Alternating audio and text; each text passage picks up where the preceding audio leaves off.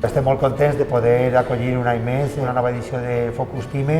Jo vull destacar el tema de la presencialitat, no? El poder recuperar un any més aquest esdeveniment de manera presencial ací a l'Àgora.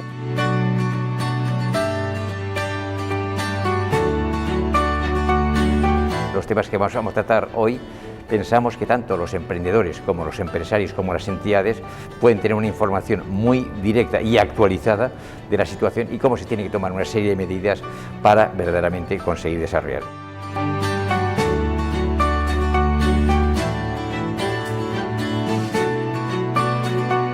Desde la Consellería de Economía Sostenible hemos apostado por la consolidación de este evento en la ciudad de Alcoy, que dé cobertura a todas las comarcas.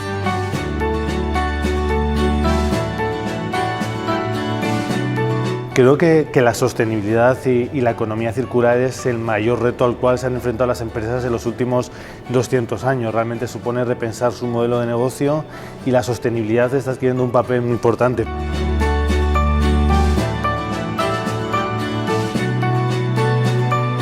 Es excepcional, yo creo, la labor que se está haciendo desde Focus, porque hay mucho desconocimiento. Las empresas están acostumbradas a seguir la información del plan de recuperación a través de los medios de comunicación, pero yo creo que desde Focus PYME se ha podido dar detalles muy precisos y muy concretos que van a ayudar mucho a que las empresas puedan dirigir sus actuaciones hasta convocatorias reales y convocatorias que ahora mismo pues, se están publicando. Y creo que la labor ha sido excepcional la que se está haciendo desde Focus PYME.